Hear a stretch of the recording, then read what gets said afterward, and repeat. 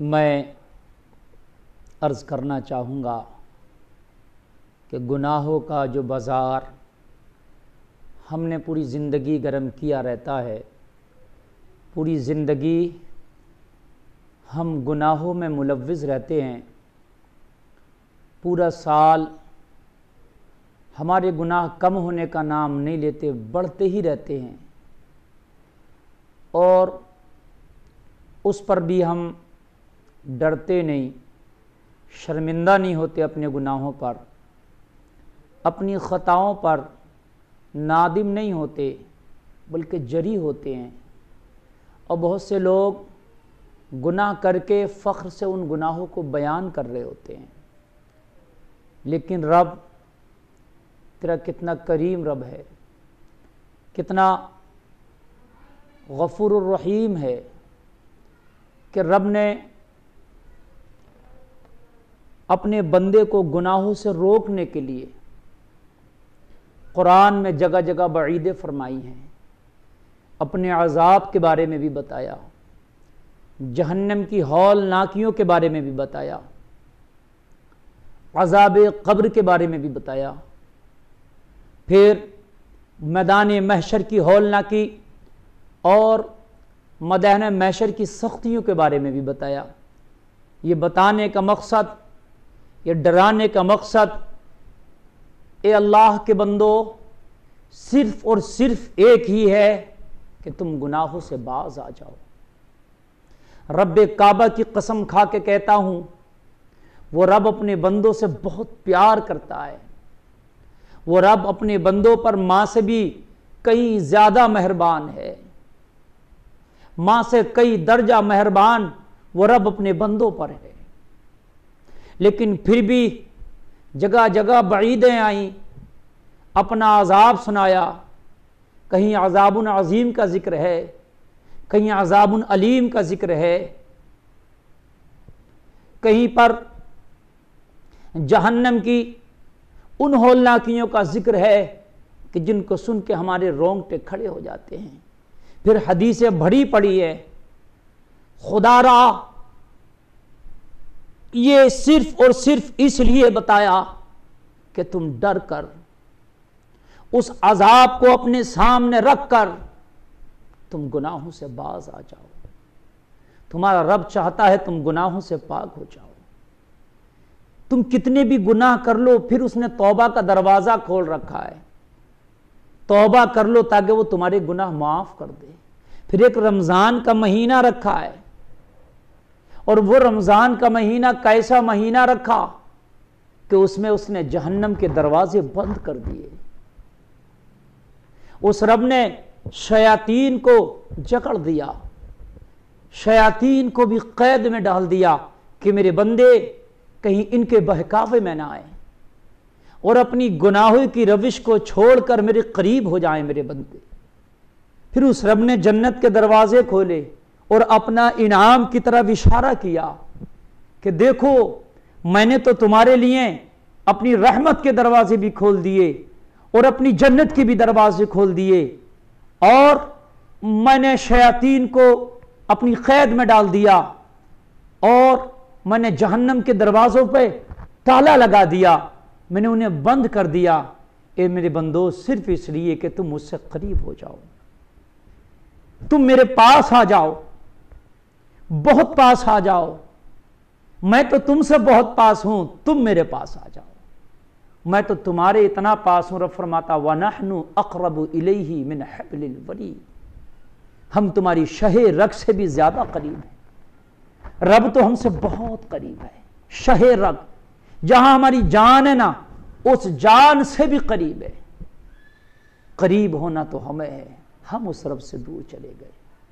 اس رب نے قریب کرنے کے لیے پھر ہمیں رمضان کا مہینہ دیا، اور اس مہینے کی خاصیت یہ ہے کہ تمہیں مجھ سے قریب ہونے میں جو راستہ جو تم مجھ سے دور ہو گئے ہو، اور میرے اور تمہارے درمیان میں تو تم سے بہت قریب ہوں لیکن تم مجھ سے دور ہو گئے ہو، تو اب مجھ سے قریب ہو جاؤ۔ مجھ سے قریب ہونے میں راستے میں جو پریشانیاں آئیں گی، جو شیاطین بیچ میں مجھ سے تمہیں قریب نہیں ہونے دیں گے، میں انہیں ہٹا دیتا ہوں۔ اور میں راستہ کلیئر کر رہا ہوں تمہارے لیے. ہائے ہائے ہائے، قربان جاؤ اس کی رحمت پر. یعنی تم مجھ سے دور کھڑے ہو، میرے قریب ہونا چاہیے تھا، دور چلے گئے. اب جو بیچ کے راستے میں شیطان حائل ہو گیا، وہ تمہیں مجھ سے قریب نہیں ہونے دیتا. تم قریب ہونا چاہتے ہو، وہ تمہیں ہٹا دیتا ہے، راستہ چینج کرا دیتا ہے تمہارا. اہدنا الصراط المستقیم پہ نہیں چلنے دیتا. تو میرے بندو میں نے ہٹا دیا، وہ تمہیں راستے سے ہٹاتا نہ میرے، میں نے اسے ہٹا دیا تمہارے راستے سے. ہائے ہائے، اس رب کی مہربانیاں دیکھو. وہ تمہیں میرے راستے سے ہٹاتا ہے، میں نے آج اسے تمہارے راستے سے ہٹا دیا. اس رمضان کے مقدس مہینے میں آ میرے بندے، میری رحمت سے لپٹ جا کر قریب ہو جا مجھ سے. میری رحمت تجھے پکار رہی ہے. اور دیکھ پھر انعام میں نے جنت کے دروازے کھول رکھے.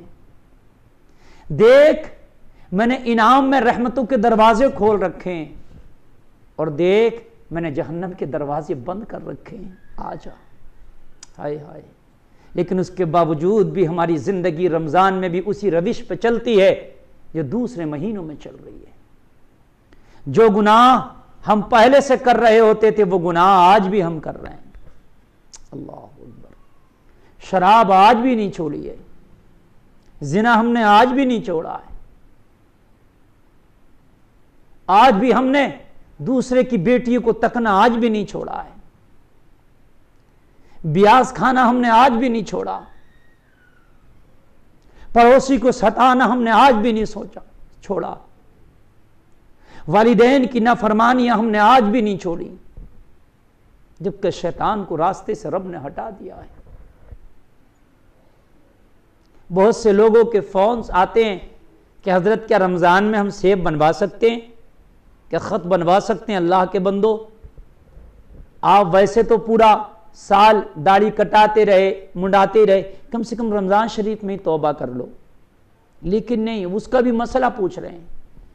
اب مولانا اپنی طرف سے کہہ دے ہاں کٹوا سکتے ہو رمضان میں، تو مولانا بھی گناہ میں شامل ہو. بھئی داڑھی کٹانے سے روزہ تو نہیں ٹوٹے گا، لیکن وہ حرام تو ہے نا.